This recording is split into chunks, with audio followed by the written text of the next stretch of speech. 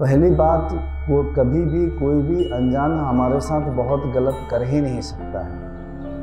अगर किसी अनजान ने बहुत गलत आपके साथ कर दिया तो इसका मतलब है कि भगवान की बनाई हुई सृष्टि ही गलत है। भगवान की बनाई हुई सृष्टि और सृष्टि के नियम ही गलत है। ये नियम ही गलत है, क्योंकि प्रकृति आपका दुश्मन नहीं है,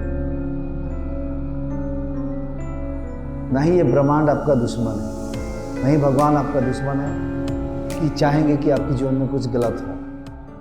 ये पूछ रही थी कि ज़्यादातर ये लेन देन जो परिवार से ही होता है या परिवार में जो जोड़ते हैं, तो जो भी बुरा कर रहे हैं वो, लेकिन हम उनसे कैसे क्षमा मांगें? क्या उनके सामने जाके मांगें या मन ही मन मांगें और उनके प्रति अच्छा ही करें?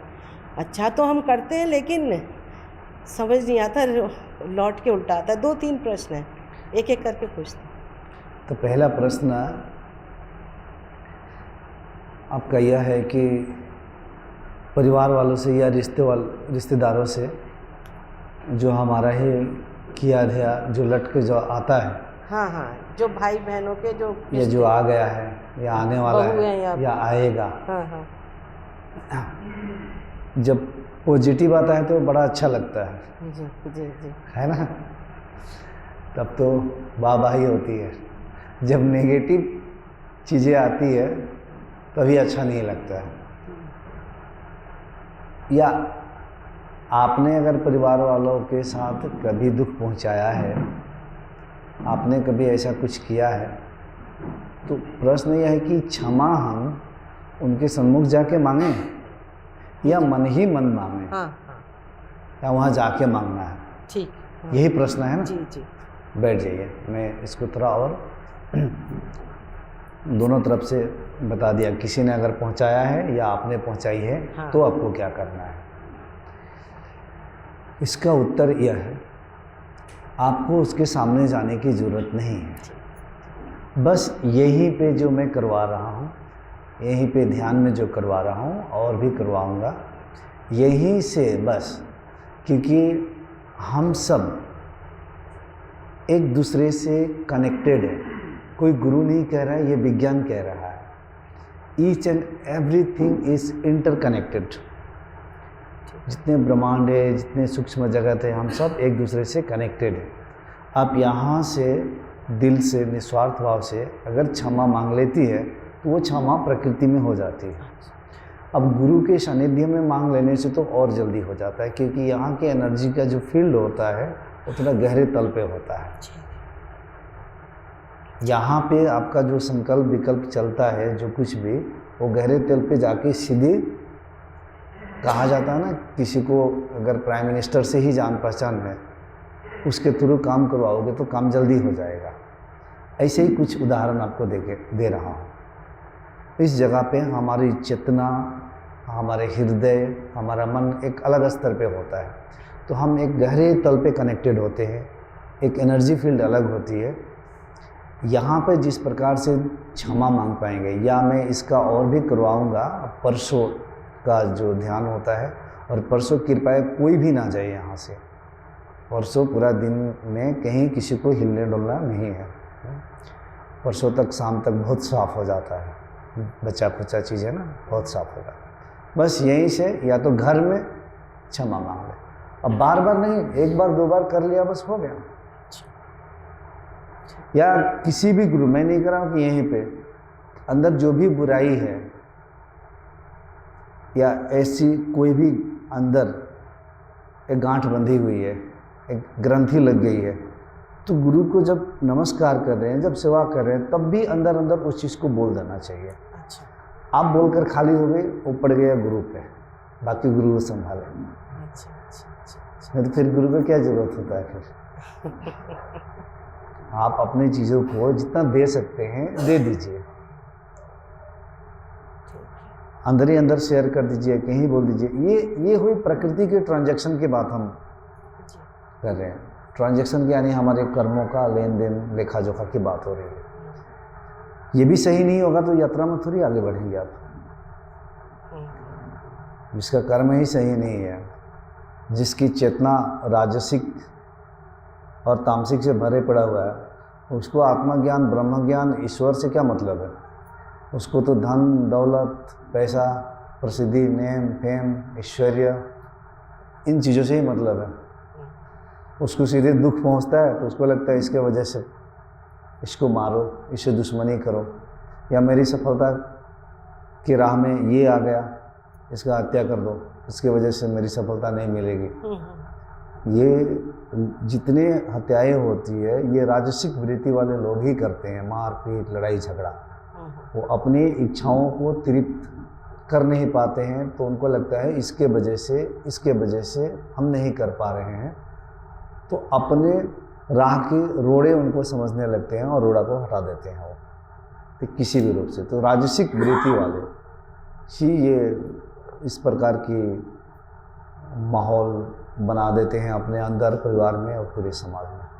बस यही करना है, ठीक है, शॉर्टकट में यही कर लो जितना करना है, ठीक है। उसके बाद बार बार कभी ज़रूरत नहीं है। अगर बार बार आ जाए तो ध्यान में घर पर भी फिर से कर लेना। ठीक है, ठीक है। और गुरुजी जो हमारे साथ कभी भी किसी ने अनजान ने बहुत गलत किया है उसका क्या? पहली बात, वो कभी भी कोई भी अनजान हमारे साथ बहुत गलत कर ही नहीं सकता है।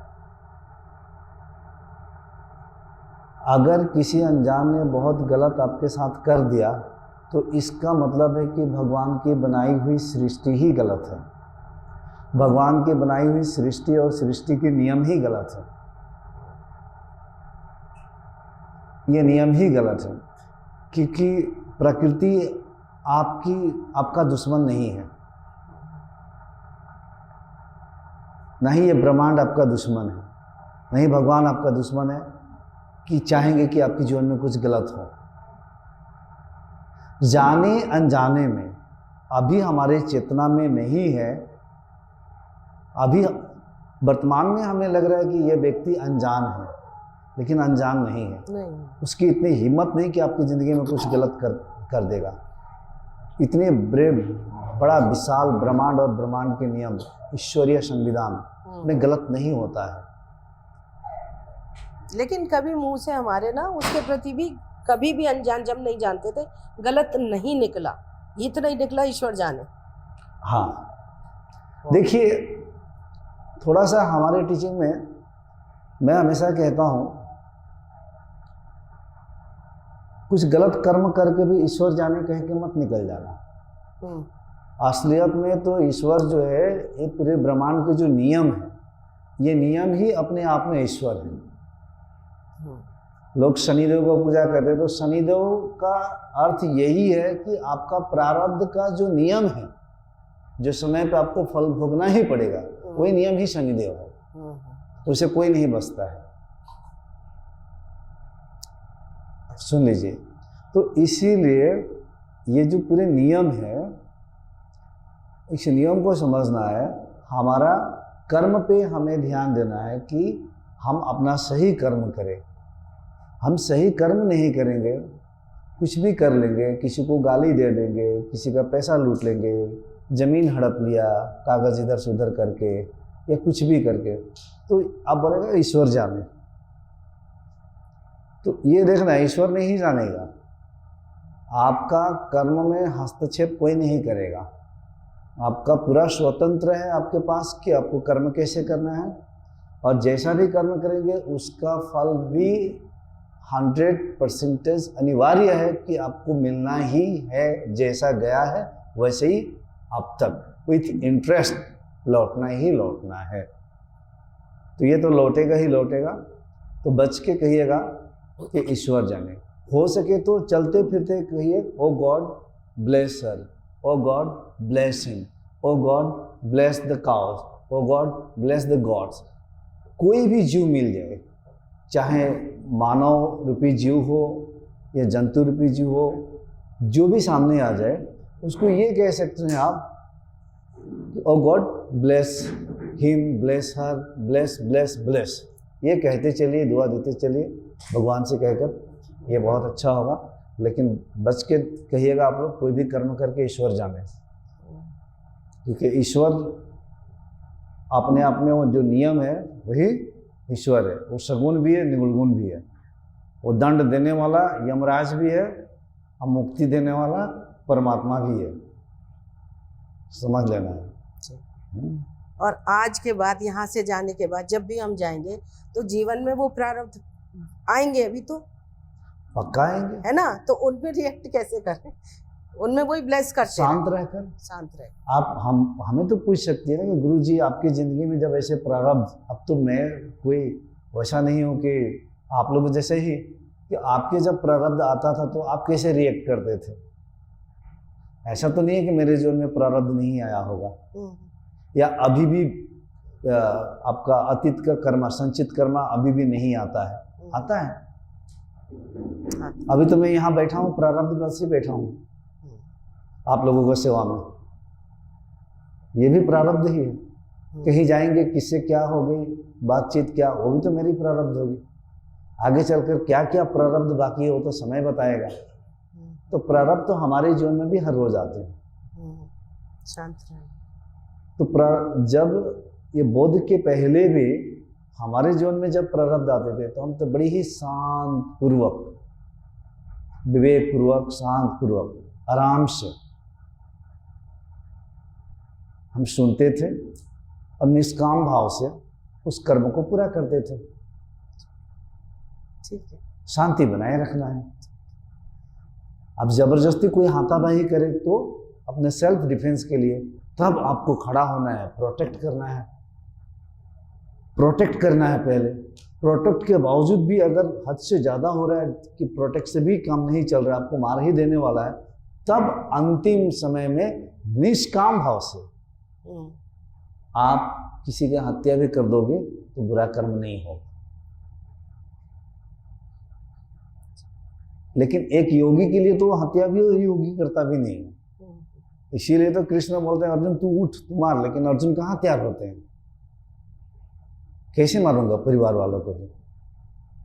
जब तक अर्जुन को एक तल पे ज्ञान का बोध नहीं होता है, जब तक उनको, अर्जुन को समझ में नहीं आता है कि प्रकृति के 3 गुण, खुद कृष्ण ही कहते हैं कि अर्जुन प्रकृति के 3 गुण ही करता है, तू दृष्टा है। ये 3 गुण ही अपने गुणों से ओतप्रोत होकर, प्रभावित होकर यही करता है। तू तो बस दृष्टा है, तू मारने वाला नहीं है। भगवद गीता उठाकर पढ़िए, 17 चैप्टर, एक चैप्टर में तो चलिए पहला चैप्टर में बताया जा रहा है इधर सैनिक है, इधर है। 17 चैप्टर में क्या बताया गया है? अलग अलग तरीका से कृष्ण ने समझाने का प्रयास किया है अर्जुन को कि तू आत्मा है, तू दृष्टा है, तो ये परमात्मा स्वरूप है। अलग अलग माध्यम से, अलग अलग तरीका से, फिर भी अर्जुन को समझ में नहीं आया, मानने के लिए तैयार नहीं। तब एक बोध होता है, तब हिलते हैं, तब थोड़ा सा जैसे यहाँ पे लोगों को सब एक बोध होता है, एक साक्षात्कार जब होता है, वो पीछे भी नहीं आ पाते हैं, अब आगे ही चलेंगे वो। और जब किसी को पूरी तरह से देखता है कि मैं तो दृष्टा ही हूँ, मैं तो किसी की हत्या करने वाला नहीं, या एक योगी के हाथ से अगर किसी की हत्या भी हो जाए तो उसको तो मुक्ति मिलेगी शास्त्र अनुसार, क्योंकि वो उस हत्या में, हत्या करते हुए भी इन्वॉल्व नहीं होता है ना, उसके फीलिंग्स, इमोशंस आते हैं, एकदम कर्मातीत, भावातीत अवस्था में होता है, तो हत्या भी करे तो उस पर कोई फर्क नहीं पड़ता है उसका।